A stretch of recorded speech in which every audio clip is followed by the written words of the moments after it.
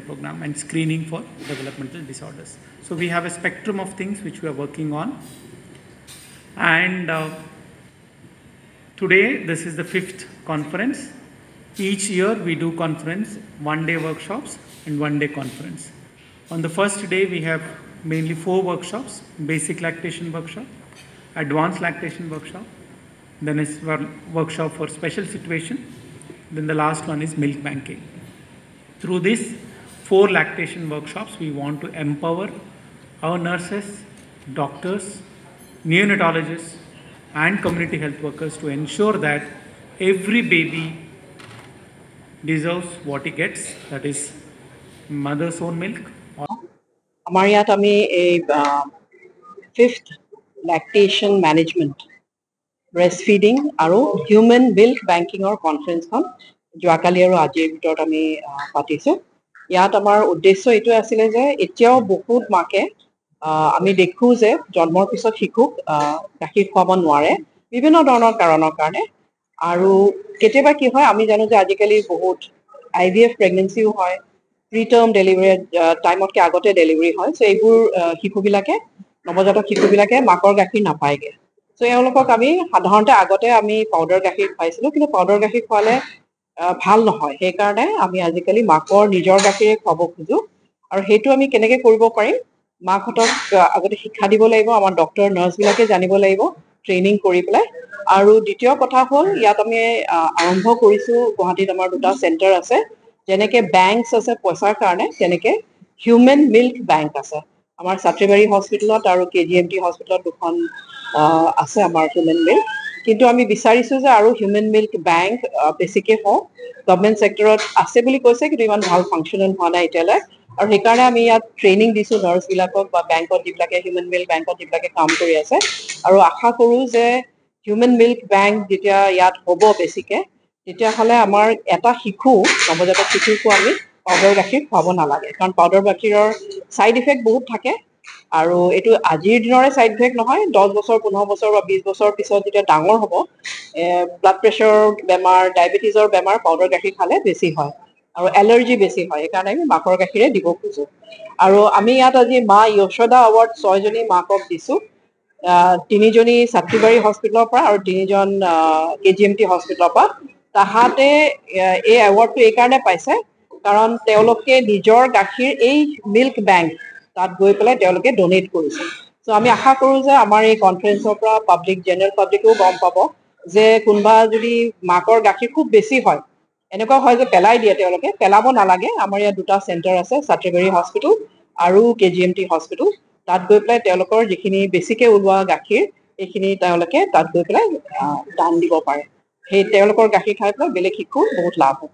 আমি জানো যে শিশুৰ জন্মৰ প্ৰথম 28 দিনৰ ভিতৰত এতিয়াও ভাৰতবৰ্ষত প্ৰতি 1000 শিশুৰ ভিতৰত 28 জনৰ মৃত্যু হয়। আমি এই শিশুৰ মৃত্যুৰ হাৰ বিশ্বৰ যিকোনো ডেভেলপ কাণ্ট্ৰিবোৰৰ নিচিনাকৈ আমি পাছতকৈ কম কৰিবলৈ সকলোতকৈ গুৰুত্বপূৰ্ণ কথা হ'ল বহুত হাইটেক প্ৰযুক্তি নহয়, সকলো শিশুক জন্মৰ লগে লগে স্তনপান আৰু চাফ চিকুণতা, এই 2টা কৰিলে আমি শিশুৰ মৃত্যুৰ হাৰ যথেষ্ট কম কৰিব পাৰিম।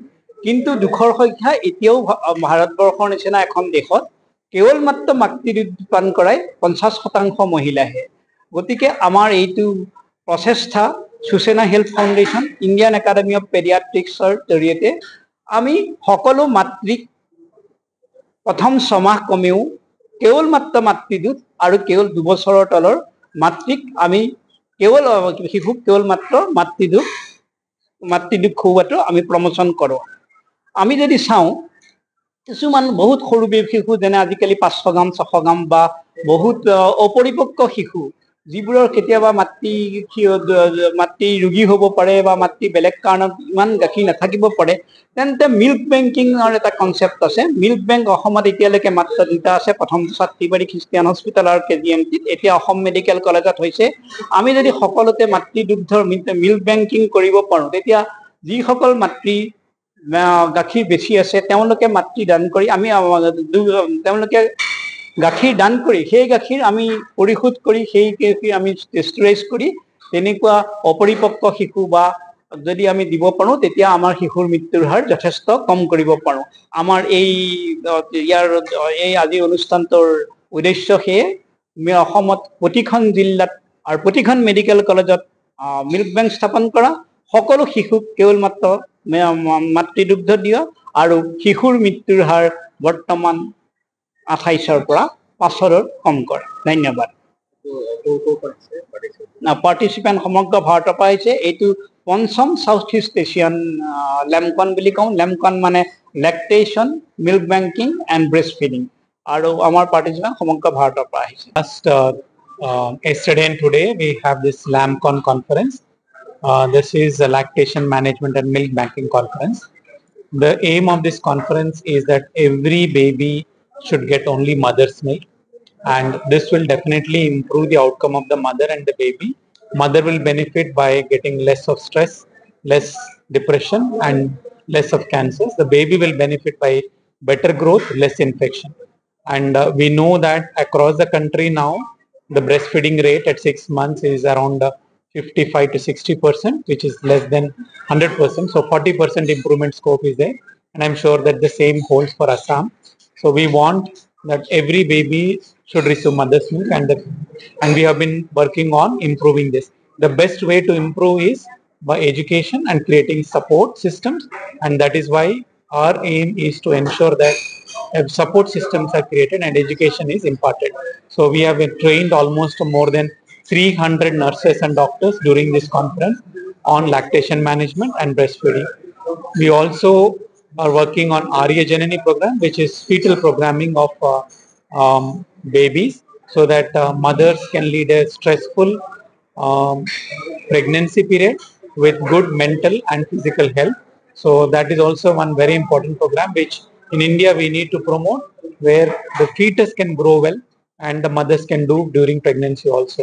So we thank Assam State IAP and also the team of LAMCON from Assam for conducting this program, and we hope that the general public understand the role of breastfeeding. Every mother should give exclusive breastfeeding for 6 months so that the babies and the mothers can do well. Thank you.